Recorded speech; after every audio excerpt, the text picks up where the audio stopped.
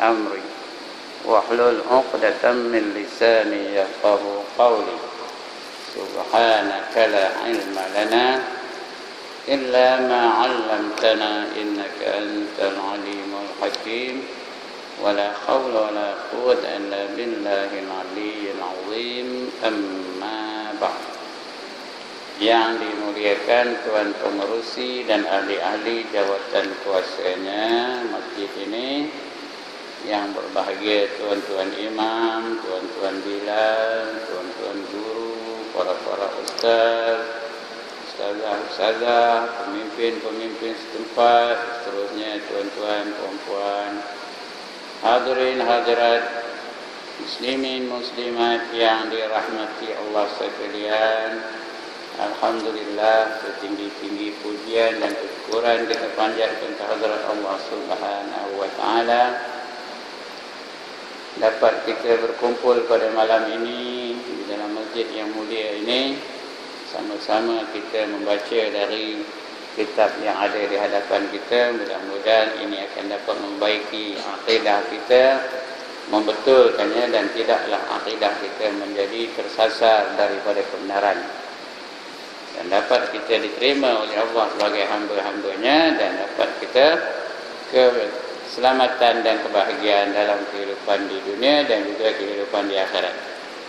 Sebelum kita baca kitab ini, saya mengambil kesempatan malam ini untuk mengucapkan selamat Hari Raya Aidilfitri kepada tuan-tuan semua.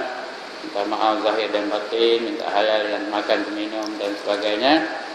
Mudah-mudahan kita sentiasa di dalam keampunan Allah Subhanahu wa taala. Mudah-mudahan lepas Ramadan ni kita menjadi orang yang bertakwa kepada Allah taala, dan Allah iktiraf ketakwaan kita, lalu diberi ganjaran-ganjaran yang setimpal dengan ketakwaan kita. Sebab orang yang dijamin Allah hanyalah orang yang bertakwa. Di dunia pun dijamin, di akhirat pun dijamin, ya. Wallahu waliyul muttaqin, kata Allah. Allah pembela kepada orang-orang yang bertakwa. Itu di dunia ni, di akhirat pun dijamin juga. Innal muttaqina fi maqamin amin fi jannatin wa uyun, kata Allah, ya. Sungguhnya orang-orang yang bertakwa itu sentiasa berada dalam keadaan yang selamat di akhirat. Selamat, maqam yang selamat. Fi jannatin wa uyun, mereka berada di dalam syurga yang terdapat air yang berpancutan. Begitulah jaminan Allah bagi orang-orang yang takwa. Mudah-mudahan kita dapat mencapai sifat takwa itu.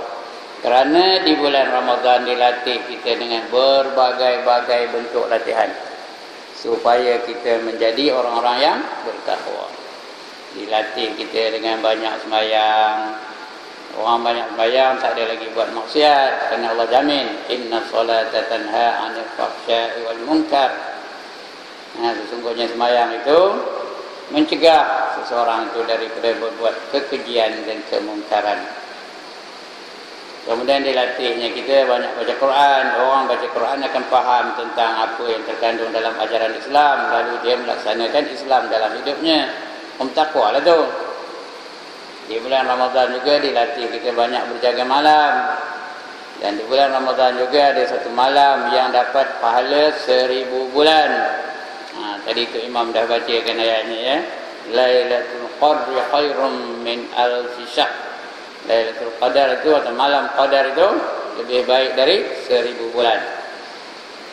Di bulan Ramadan juga disuruh kita banyak berzikir, banyak berwirid, banyak selawat, banyak tasbih, banyak tahmid. Orang yang banyak zikirnya Allah janjikan ketenangan jiwa. Jadi semua ini ciri-ciri ketakwaan. Mudah-mudahan kita dapat sifat itu di dalam hidup kita dan jaya kita di dunia dan di akhirat. Baik tuan-tuan dan saudara sekalian, muka surat berapa? Tuan Ji, muka surat berapa? Tak dengar. 100 berapa? 119. Alright. Tahu ke orang? 119.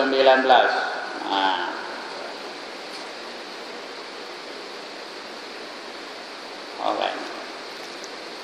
Bab baru, beriman kepada hari akhirat. Ya, atas dia. Beriman kepada hari akhirat. Rukun Islam yang kelima ialah beriman dengan hari akhirat. Kita kena beriman bahawa dunia ini hanya sementara.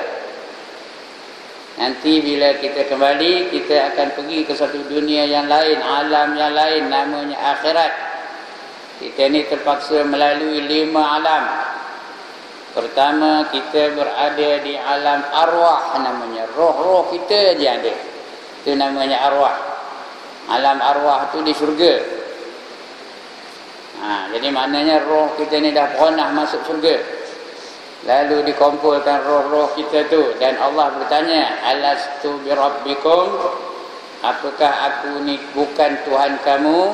Kita pun jawab, qalu, berkata roh-roh itu, bala syahidna, bahkan kami menyaksikan kamu wahai Allah. Itu alam roh. Lepas itu ayah kita berjumpa dengan mak kita, bertemu mereka, lalu bersatu mereka dan jadilah kita. Roh kita berada daripada alam arwah pergi ke alam rahim ibu kita. Selama 9 bulan 10 hari lebih kurang berada dalam rahim ibu kita. Lalu kita pun keluar daripada alam rahim kepada alam dunia. Sudah 3 alam kita lalui. Alam arwah, alam rahim dan alam dunia. Sekarang kita masih berada di alam dunia. Tak lama lagi kita akan pindah ke alam barzakh, namanya alam barzakh. Orang yang mati itu mereka akan pergi ke alam barzakh. Dia ustaz yang ngajar kita ni, Ustaz Hazli namanya. Dia sudah pindah ke alam barzakh. Saya tak kenal dia secara peribadi, tapi ayahnya sekampung dengan saya dulu. Ayahnya namanya Hasan bin Lodin. Duduk di kampung ke masjid tu. Itu ayah tu. Biasa dengan saya. Berkawan pun dengan saya. Tapi dia bukan bayar saya, dia tua sikit. Bukanlah tua benar, tua sikit dari saya. Anak ini saya tak kenal. Dengar-dengar khabar dah aksiden aja. Dia sekarang sedang berada di alam barzakh. Kata siapa kata dia datang lah selalu ngajar di sini dia ngajar ni. Malam itu dia ngajar dengan gelak ketawa gembira benar, dia ngajar malam tu dengar ceritanya. Esoknya tu dia aksiden, sudah pergi ke alam barzakh. Kerana last dia ngajar sini. Jangan-jangan orang yang bercakap pun last malam sini. Balik kerana orang apa-apa kata dia sudah. Kerana tentunya itu alam barzakh namanya. Kemudian berlaku kematian yang total. Tahu apa kematian total? Kematian seluruh alam ni semua mati. Manusia mati, malaikat mati, jin mati, binatang mati, iblis mati, syaitan mati, habis semua mati. Maka kita dipindahkan daripada alam barzakh pergi ke alam akhirat. Itu penabihnya. Di akhirat kita tak mati-mati lagi. Di sana ada 2 tempat. Kalau kita beriman dan beramal soleh, kita ditempatkan di syurga. Kalau kita kufur dan maksiat, kita akan ditempatkan di neraka. Di syurga kekal abadi selama-lamanya. Kalau orang tu dapat masuk syurga, tak ada keluar-keluar lagi. Tapi kalau dia masuk neraka, mungkin boleh keluar dari neraka. Diseksa, dihukum, segala dosa yang kita buat tu dihukum. Kemudian sudah habis dosa tu, dia pun keluar dari neraka dan dapatlah masuk ke dalam syurga.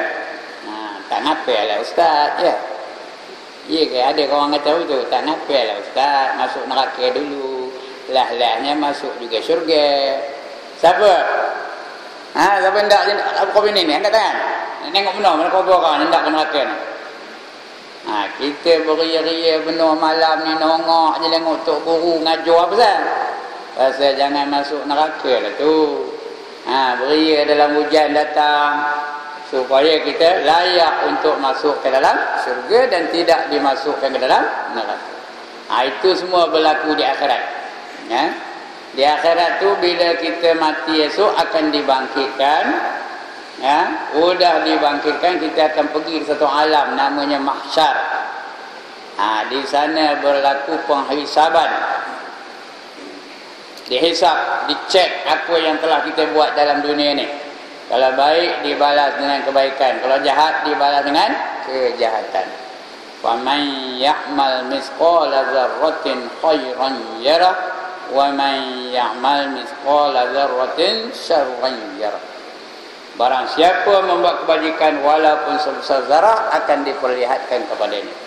Dan barang siapa membuat kejahatan walaupun sebesar zarah juga akan diperlihatkan kepadanya. Itu penghisaban yang total. Semua orang kena hisab. Tidak ada siapa yang terkecuali daripada kena hisab.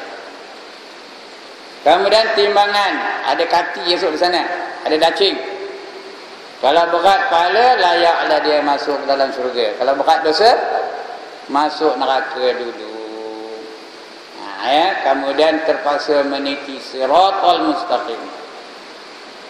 Yang jauhnya 1500 tahun perjalanan. Besarnya lebih kecil daripada rambut. 500 tahun mendaki, 500 tahun mendatar, 500 tahun menurun. Kalau berjaya kita meniti siratal mustaqim, lepaslah kita dari siksa dan dapat melangkah ke dalam syurga. Syurga ada 8 menunggu kita nanti. Kalau tergelincir, kemana begini? Masuk dalam neraka. Neraka ada 7, syurga ada 8. Maknanya banyak syurga daripada neraka. Rahmat Allah itu melebihi kemurkaannya. Kemudian di sanalah kita akan kekal. Kalau kita kufur dan maksiat, kekal di dalam neraka, tak keluar-keluar. Kalau beriman dan yang berdosa, nanti akan keluar dari neraka. Habis dosanya keluar dari neraka, masuklah dalam syurga. Tapi bila orang tu dapat masuk syurga, tak ada keluar-keluar lagi. Forever and ever and ever and ever and ever and ever, tak berhenti-henti sampai bila-bila. Ini perkara ini yang nak kita baca lepas ini. Pengertiannya secara ringkas. Beriman kepada hari akhirat bererti kita beriman kepada apa dia?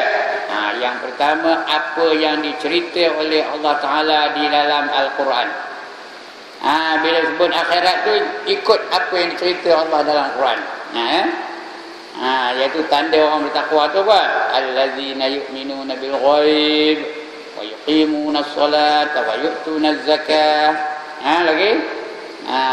Wallazina yu'minuna bima unzila ilaika wa min rabbihim wa ulaika humul muflihun. Percaya kepada Al-Quran dan percaya kepada apa yang diturunkan kepada kamu sebelum Al-Quran Karim. Itu hari akhirat dulu. Dan cerita akhirat ni banyak, tak boleh baca dalam surah dalam surah Ali Imran, dalam surah Hal Ata 'alal Insan dapat cerita akhirat tu. Banyak cari dari situ dalam Quran, banyak menceritakan tentang akhirat, tentang makanan orang dalam neraka tu. Dalam surah Al-Waqi'ah pun ada, ya'akiluna min syajarin min zaqqum famali'una minhal butun, kata Allah dalam surah Al-Waqi'ah. Begitu juga dalam syurga tu ada bidadari, itu semua ada cerita dalam Quran. Kena beriman dengan itu, apa yang diceritakan oleh Allah Ta'ala di dalam Al-Quran. Kemudian percayakan secara ringkasnya, beriman dengan hari akhirat itu juga kita percaya apa yang diceritakan oleh Rasul Sallallahu Alaihi Wasallam berhubung dengan perkara-perkara yang akan berlaku setelah mati, tentang dalam kubur apa berlaku, soalan munkar dan nakir macam mana, diceritakan oleh Rasulullah Sallallahu Alaihi Wasallam. Siksa kubur tu macam mana, kebangkitan macam mana, itu semua Rasulullah cerita. Walaupun tak ada dalam Quran, ada diceritakan oleh Rasulullah Sallallahu Alaihi Wasallam, dan wajib kita percaya. Kalau tak percaya, kafir jadinya. Sebab beriman dengan Rasul tu bukan setakat beriman Nabi Muhammad tu Rasulullah, bukan setakat itu. Amantu bir Rasul wa bima qala Rasul. Beriman dengan Rasul dan beriman dengan apa yang disabdakan oleh Rasul. Itu namanya ketiba beriman dengan hari akhirat. Lepas itu kita kena juga percaya fitnah di dalam kubur. Di dalam kubur tu ada siksa. 4 siksanya. Yang pertama pukulan munkar dan nakir. Yang kedua himpitan bumi sehingga berselisih tulang rusuk. Ketiga didatangkan ular dan kala, mematuk-matuk, menggigit-gigit sampai hari kiamat. Ular tu ada nama Sujja'ul Aqra', nama ular ni ya. Kala tu mau begitu juga. Menggigit-gigit sampai hari kiamat. Panjangnya ular tu, kala tu mana? Tahu panjangnya? Tuan-tuan, tahu ke panjangnya? Berapa panjang? Ada dari sini ketentuan tu? Ada dari saya ketentuan tu? Lebih lagi sebulan perjalanan. Bayangkan sebulan perjalanan. Kalau nak tahu malam ni start jalan kaki. Ke mana sampai? Sebulan lagi. Tengok sebulan lagi ya. 20 bulan depan tengok di mana berhentinya. Itulah panjangnya. Ada dari sini Kuala Lumpur? Lebih. Dari sini Johor Bahru ada ikut ya.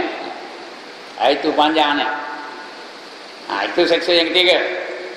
Ya, seksa yang keempat dimasukkan api neraka ke dalam kubur. Itu yang kita doa kepada mayat tu, Allahumma ij'al qabrahu rawdatan min riyadil jannah wa la taj'al qabrahu hufratan min hufarin niran. Ya Allah, ya Tuhan kami, jadikanlah kuburnya itu satu taman daripada taman-taman syurga. Janganlah engkau jadikan kuburnya satu jurang daripada jurang neraka. Kerana api neraka itu masuk dalam kubur. Itu fitnah kubur. Kena yakin tau, percaya. Ya, kerana Rasulullah yang menyebutnya. Dan Quran tak ada. Dalam hadis ada sebut Rasulullah ya. Iaitu fitnah kubur. Kemudian azab dan nikmat di dalam kubur. Dalam kubur tu ada azab, ada nikmat. Kena yakin tau. Ya. Orang yang mati di jalan Allah, jangan kamu katakan mati. Dalam Quran pun ada tu. Hadis mana sebutnya. Wala taqulu liman yuqtalu fi sabilillahi amwat, kata Allah. Jangan kamu katakan orang yang mati di jalan Allah itu sebagai mati. Jangan katakan dia mati. Orang Palestin yang berjuang menentang Yahudi itu yang mati itu, jangan kamu katakan mereka mati. Bal ahya'un walakin la tash'urun. Bahkan mereka hidup, cuma kamu tidak menyedarinya. Kita anggap mati, sebenarnya tak mati. Di sisi Allah mereka tak mati. Keterangannya boleh dapat dalam kitab-kitab tua, boleh jumpa. Di antaranya kita boleh jumpa kitab yang bernama Furu'ul Masail namanya. Itu kitab tua betul-betul. Kalau saja nak beli baca tak usahlah, nak guru anda bacanya ya. Di sana terdapat kisah-kisah orang yang mati di dalam memperjuangkan agama Allah. Mereka tu boleh makan minum, kuburnya luas, boleh berziarah kawan-kawan dalam kubur. Boleh berziarah saudara mara dalam kubur. Itu orang yang mati berjuang di jalan Allah ya. Itu. Begitu juga seksa kubur. Kena yakin tu. Lepas itu kena yakin akan kebangkitan semula. Dan perhimpunan di padang mahsyar. Kena yakin tu. Bahawa orang yang mati itu nanti akan dihidupkan semula. Itu ada dalam Quran. Summa innakum yaumal qiyamati tub'atsun, kata Allah. Kemudian kamu pada hari kiamat nanti akan dibangkitkan. Semua akan bangkit. Pasal apa dibangkitkan semula? Tuan-tuan, mengapa Tuhan hidupkan kita balik selepas mati? Kalau dibiarkannya mati begitu aja, tak usah bangkit-bangkit, boleh ke tak? Tak ada jawab dia ni. Boleh ke tak? Tak berkuasa ke Allah mematikan kita selama-lamanya, tak ada bangkit-bangkit? Boleh tak Allah matikan kita selama-lamanya? Boleh tak boleh? Boleh. Allah berkuasa di atas setiap sesuatu. Tapi mengapa Allah hidupkan kita balik? Mengapa saya hidup balik? Mengapa tuan-tuan hidup balik? Mengapa anak cucu kita pun tu hidup balik? Apa? Sebab masa hidup, nanti hidup semula tu akan dibalas. Kalau baik, dibalas baik. Kalau jahat, dibalas jahat. Ya. Kalau tidak, sia-sia je lah. Tak ada balasan. Lepas gitu je lah. Dalam dunia ni ramai ada orang melakukan kejahatan, tapi tak ada kena tangkap. Ada tak? Ramai ada orang bunuh orang, tapi tak ada kena tangkap. Ada ke tak ada? Ada tak orang mencuri tapi tak ada kena tangkap? Ada tak orang berzina tapi tak ada kena tangkap? Jadi kalau dimatikan Tuhan terus aja, dia lepas gitu je lah. Scot free kata orang putih. Tak ada kena apa-apa, terus lepas gitu je. Tidaklah berlaku keadilan dari sisi Allah Ta'ala. Tak adalah Allah tu maha adil. Kenapa? Dia lepas. Buat maksiat lepas. Buat maksiat lepas. Bunuh orang lepas. Mencuri lepas. Berzina lepas. Apa dia buat pun lepas. Tak ada dibangkit balik. Ya, jadi dia lepas gitu je lah. Di akhirat tak adalah kena apa-apa. Ya. Lagi satu tuan-tuan. Ada dah orang yang dalam dunia ni kerjanya melakukan kebajikan aja. Buat baik aja. Menolong orang aja. Ada tak? Ha, macam tuan-tuan guru kita dulu. Apa kerjanya? Memberi kita ilmu. Dia tu bukan duduk di kampung kita. Tu zaman itu. Dia duduk di Teluk Ensin. Tahu ke mana Teluk Ensin? Ha. Tuan-tuan guru kita yang lama-lama tu, yang dulu-dulu tu, duduknya di Teluk Ensin. Dia nak ngajar tempat kita tu naik apa? Naik kapal. Tahu ke kapal? Kami panggil kapal. Yang sebenarnya bot. Ya, pukul 11 ada dah naik kapal tu, pukul 5 petang baru sampai. Kadang ayo kerin betul dekat malam baru sampai. Sangkut kapal. Mana orang selalu kelio naik kapal tahu lah. Ha, mana tuan-tuan yang tak duduk tepi Sungai Perak ni tak tahu. Ha, orang yang ada duduk di tepi Sungai Perak tu tahu. Sangkut kapal tu terpaksa turun pun ada. Turun tu penumpang tu lah yang bayar duit, turun pula nolak kapal, jangan bagi sangkut. Ha, termasuk tuan guru pun turun sekali. Ha, nolak kapal. Sampai kampung tu, di situlah dia ngajar. Ya lah, sampai malam. Malam pun ngajar pula lelaki dan perempuan. Siang ngajar muslimat, malam ngajar campur lelaki perempuan. Udah habis kampung itu, pergi modik pula kampung lain ya. Bermula dari Ayo Mati itu, Kulu daripada Ayo Mati itu. Tahu mana Ayo Mati? Ya Allah, dia ini ni payah, bukan orang sini ni payah benar nak ngaburkan ya. Ha. Kulu daripada Ayo Mati itu sampai ke Bandar Tuai. Pergi pula Jemberang, Pasir Panjang Ulu. Ulu lagi sampai ke Pulau Jua. Ulu lagi Jemberang, Pulau Jua tu sampai ke mana? Ha, ke Biak. Ulu lagi sampai ke mana lepas Ulu Biak bang? Ya, sampai ke Ulu Biak bang, sampai ke kepala pulau ni, sampai pulau tu. Ha, ya. Betul Ulu sampai ke Lombok. Bermalam-malam dia tu tak ada kerja lain, naik kapal, turun kapal. Kerjanya memberi masyarakat ilmu. Sepanjang hayat itulah kerja dia. Bukan banyak dapat duitnya tau. Lepas ngajar dia ada bujam besar itu. Itu bukan bujam, bakul mengkuang. Besar ni. Betul-betul besar ni lah. Ha, letak depan dia. Lepas dia mengajar orang tu salam dah. Salam. Tak ada seorang-seorang. Letak dalam tu. Seorang 2 kupang, seorang 3 kupang, seorang 10 kupang, seorang 5 duit pun ada. Ha, ya. Kumpul. Dapatlah RM5. Itu dah banyak benar tu. Dapat RM5 tu. Ha. Ya? Ha, saya ngajar RM5 ke? Tanya Haji Liah. Tengok berapa dia bagi saya. Ya? Ha.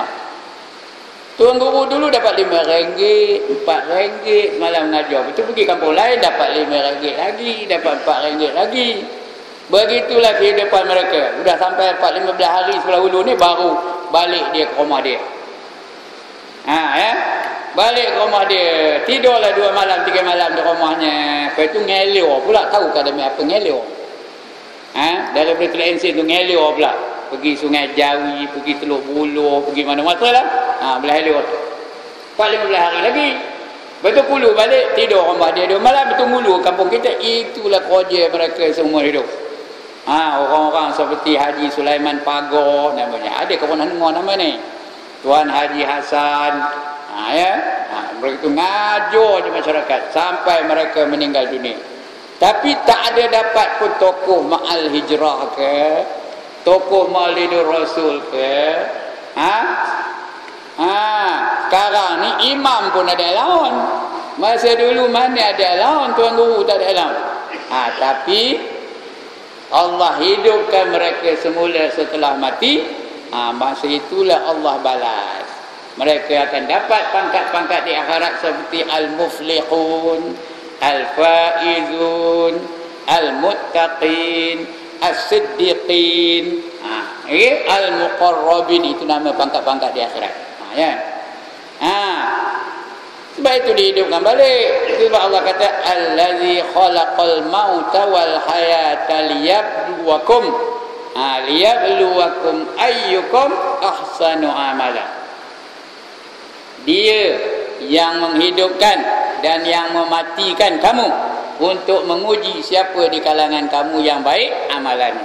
Jadi orang baik akan dibalas dengan kebaikan, orang jahat akan dibalas dengan kejahatan. Sebab itu ada hidup semula, ya. Tak ada dimatikan terus, ya. Siapa pun akan dihidupkan semula. Netanyahu dihidupkan balik. Kenal Netanyahu? Benjamin Netanyahu akan dihidupkan balik. Ariel Sharon akan dihidupkan balik. Barack Obama akan dihidupkan balik. Ya, lagi siapa? Moshe Dayan akan dihidupkan balik. Firaun akan dihidupkan balik. Namrud akan dihidupkan balik. Ini semua orang-orang yang menentang Islam. Mereka akan dihidupkan balik dan menerima balasannya setimpal. Sebaliknya, Nabi Yusuf akan dihidupkan balik. Nabi Muhammad akan dihidupkan balik. Nabi Ibrahim akan dihidupkan balik. Untuk apa? Untuk menerima ganjaran yang disediakan oleh Allah Subhanahu wa Ta'ala. Itu kena yakin ya. Kena percaya tu. Kebangkitan semula itu namanya qiyamah. Qiyamah tu perkataan qum. Qum tu bangun. Qiyamah tu dia bangun daripada mati. Kebangkitan semula dan perhimpunan di padang mahsyar, semua akan dihimpunkan nanti di satu tempat namanya mahsyar. Mahsyar tu tempat himpunan. Dihimpunkan, itu namanya mahsyar. Semua orang berada di mahsyar besok. Keadaannya semua dah tahu semua ya, berimpit-impit, berasak-rasak, udahlah berasak-rasak, berimpit-impit macam rokok dalam kotak rokok. Tahu? Tak faham ke mana? Rokok macam kotak rokok. Tak faham kan? Rokok dalam kotak rokok. Tak adalah hadis. Itulah hadis ditulisnya apa? Dikhabar di Nabi. Seperti panah dalam busar panah. Itu dalam hadis. Seperti panah dalam busar panah. Tapi payah kita nak faham. Pasal kita terus akan nak megang panah. Nengok pun tak pernah. Ada orang tak pernah nengok panah tau. Ada dalam ramai-ramai ni yang tak pernah nengok panah mana rokok ni. Jadi payah nak faham. Tapi rokok dalam kotak rokok ada tengok dah. Rapat ke jarang-jarang? Punyalah rapat. Kalau rokok tu baru beli, dikeluarkan sebatang, tu masukkan balik, renyuk ke dah. Ngapa renyuk? Pasal berimpit-rimpit macam itulah di padang mahsyar. Ya. Berimpit-rimpit. Lepas itu telanjang pula. Tahu? Semua telanjang. Ya, tu imam telanjang, makmum telanjang, Haji Zul telanjang, semua telanjang. Ada tak korang tengok orang ni nengok orang ni nengok orang ni punya? Tak sempat. Masa itu tak sempat nak orang ni nengok orang ni punya, orang ni nengok mana rupa orang ni punya, tak sempat nak tengok.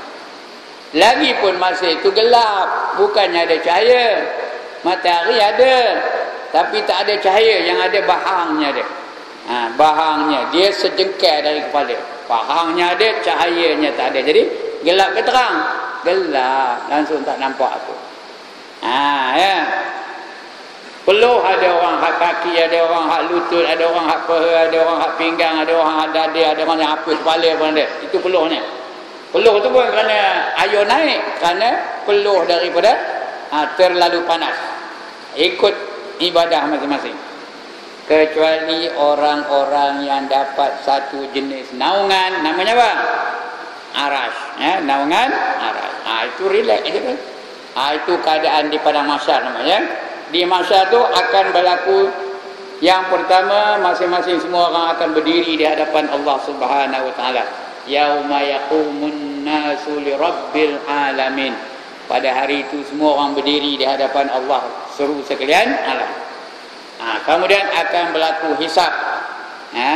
Tsumma latus'alunna yauma idzin 'anil na'im.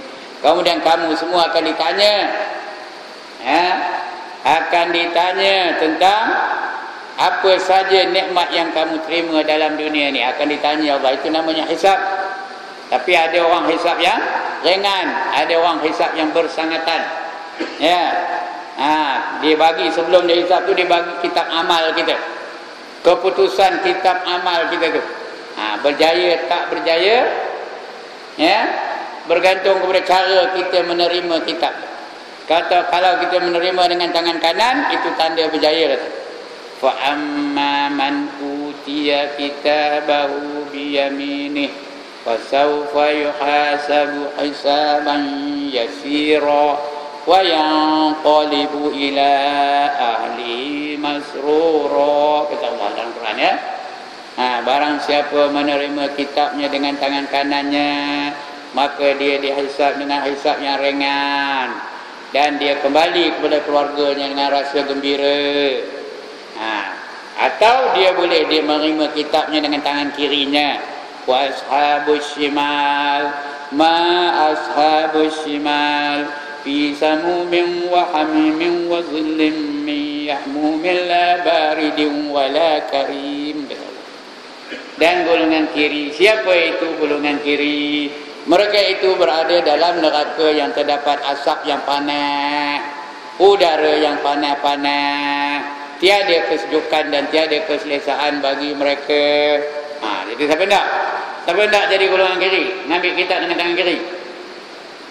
Ada lagi satu cara ngambil kitab, iaitu dicucuk dada tu dengan tangan kiri, tembus dada tu ke belakang, ambil kitab dari belakang. Wa amma man utiya kitabahu wara'a dhahri fasawfa yad'u subura wa yasla sa'ira. Kata Allah dalam Quran, siapa yang menerima kitabnya melalui belakangnya, maka dia menjerit kecelakaan. Celaka aku, katanya. Dan dimasukkan dalam neraka yang bernama Sa'ir. Itu di mahsyar tu. Semua itu berlaku di padang mahsyar. Ya, pembalasan, pemberian kitabnya. Itu dalam mahsyar. Akhir sekali kita akan ditimbang. Ya, ditimbang amalan kita. Banyak dosa ke banyak pahala. Di akhirat esok ada dacing, tahu? Dacing penimbang tu. Dia nimbang dosa, nimbang pahala. Ada pernah tengok tak dacing tu? Tak pernah tengok? Ya Allah, berlambak tepi-tepi jalan tu. Apa itulah? Ya? Satu untuk pahala, satu untuk dosa. Fa amma man saqulat mawazinuh fa huwa fi 'ishatir radiyah. Barang siapa berat timbangan kebajikannya, maka dia sentiasa berada ke dalam keredaan Allah. Wa amma man khaffat mawazinuh fa ummuhu hawiyah wa ma adraka ma hiya narun hamiyah. Barang siapa timbangan kejahatannya atau ringan timbangan kebajikannya, ketimbang banyak dosa dari pahala, ya, fa ummuhu hawiyah, maka maknya adalah hawiyah. Mak dengan anak, apa buat dia mak? Ditimangnya lah, diciumnya lah, didakapnya lah, dilontor-lontornya lah, ditonggin-tongginnya. Itu mak dengan anak. Kita tengok mak dengan anak kecil, kenapa dia buatnya? Itulah. Apa dia? Mak itu siapa? Wa ma adraka ma hiya. Apakah yang dikata hawiyah itu apa? Narun hamiyah. Api yang bersangatan nyalanya. Api itu jadi mak. Dicium di api, ditimang di api, dipeluk di api, dilontor-lontor di tonggin-tonggin di api. Itu hawiyah tu. Akan jadi mak dia nanti di akhirat. Lepas itu dah ditimbang, masuk neraka lah tu, ya.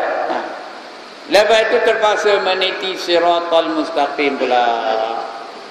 Kalau berjaya meniti siratal mustaqim, dapatlah dia melangkah ke syurga. Kalau tak berjaya, dia jatuh, masuklah dia ke dalam neraka. Kalau dia kufur, kalau dia jadi orang munafik, kalau dia orang tak beriman, selama-lamanya lah dalam neraka itu. Kalau dia beriman, setakat mana dosanya, habis dosanya, dia akan keluar dari neraka dan masuklah ke dalam syurga. Yang ini kita kena percaya, kena beriman. Jangan ada antara kita ni bila dengar ini, dia pun berfikir, iya kita kat ustaz tu mana tahunya dia baru balik ke? Jangan harus. Kena yakin kerana ini berita daripada siapa? Berita daripada Nabi Muhammad sallallahu alaihi wasallam. Ya. Kemudian di mahsyar juga ada kitab amalan manusia. Ya, kejap ni ada tak dua orang malaikat di sisi kita? Ada, kerjanya nulis saja. Ya, ada ni kiri kanan ada. Wa inna alaikum lahafizin kiraman katibin, kata Allah ya. Sentiasa ada di sisi kamu dua orang malaikat. Kiraman yang mulia, katibin yang menulis. Seorang namanya yang mulia, kiraman. Seorang tu kerjanya nulis aja kerjanya. Ya, di kanan di kiri ada. Tengah nulis ada ni gambar kamera tu, tengok angkat gambar. Semua tangkap gambar. Digital punya kamera tu. Bukan gambar-gambar tu tengoknya gambar. Orang ni tengah dengar apa benar, orang ni tengah buat nota, orang ni tengah nyemak dalam kitab. Ada nampak esok, tengok semua nampak tu. Tahu? Ada seorang tu tengah esok ada tu, tengok nampak gambar tu. Ya. Apa saja yang kita buat dalam dunia ni semua akan direkod, akan dicatat. Itu malaikat pencatat namanya kiraman katibin ataupun atid dengan raqib dengan atid. Ya. Itu dia dua orang malaikat. Kena yakin dong. Kalau kita sedar lah, malaikat ni ada aja setiap masa, setiap ketika. Lalu kena ngambil nombor ekor. Tuan-tuan dan puan, kalau kita sedar malaikat ni ada je bersama dengan kita, lalu kena mencuri kelapa sawit, lalu kena merompak, lalu kena berzina, lalu kena apa lagi tak tahu. Dia ada je mencatat, nak kat gambar pula tu. Yang ni kena yakin. Bila dia yakin, maka dia akan mengawal gerak-geri dia supaya nanti tidak dilihat oleh Allah Subhanahu wa taala. Segala maksiat dia tu, cepat-cepat dia taubat kepada Allah Subhanahu wa taala. Kalau dia yakin. Yang ramai juga orang buat maksiat ni apa? Yang rasuah-rasuah juga, yang zalim-zalim juga, yang menentang hukum Allah menentang juga. Ngapa? Kerana mereka tak yakin dengan hari akhirat. Dalam hati dia itu yang sanggup dia buat. Sudah ni lantak lah. Lantak. Pasal tak yakin dengan hari akhirat. Ya. Perhitungan dan al-mizan. Mizan ni timbangan ya. Kemudian syurga dan neraka. Kalau dia buat baik, dia akan dihadiahkan dengan syurga. Lepas meniti siratal mustaqim itu, melangkahlah dia akan ke dalam syurga. Syurga ada 8 tuan-tuan dan saudara sekalian. Yang pertama namanya Jannatul Ma'wa. Yang kedua namanya Jannatul Firdaus. Yang ketiga namanya Jannatun Na'im. Yang keempat namanya Jannatun Adnin. Yang kelima namanya Darussalam. Yang keenam namanya Darul Jalal. Yang ketujuh namanya Darul Khuld. Yang kedelapan namanya Darul Qarar. Ndak yang mana 8 tu tuan-tuan? Ndak yang mana? Tuan Jizul ndak yang mana? Ndak yang mana tuan-tuan? Nanti habis dah. Tak lalu melawan. Kuat penuh bunyi.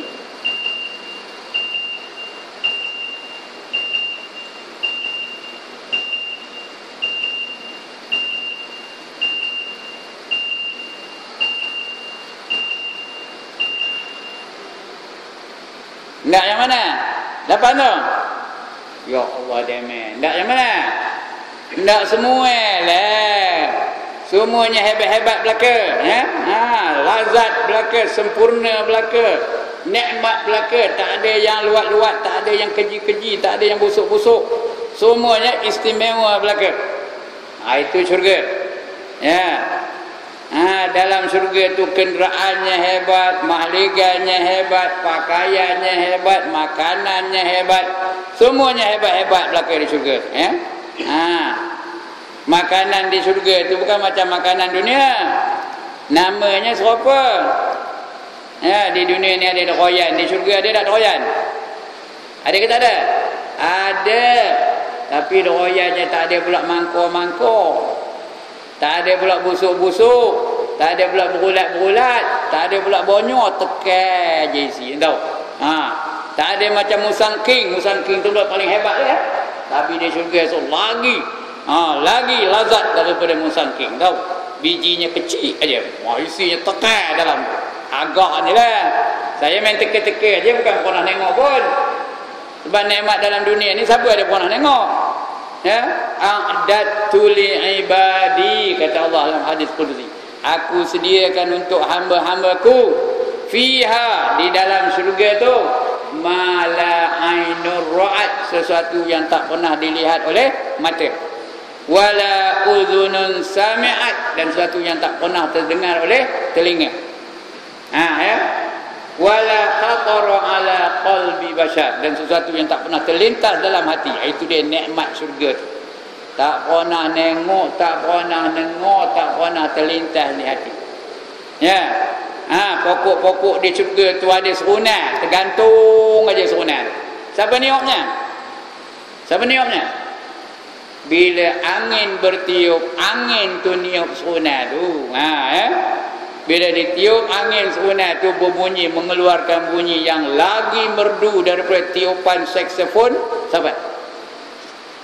Ya Allah, dia tak pernah dengar tiupan saksofon. Sahabat? Kasim Selamat, tak pernah dengar kan? Tiup Kasim Selamat. Tak pernah kena dengar, saya seorang ni kena dengar ni. Bila niup ni ya.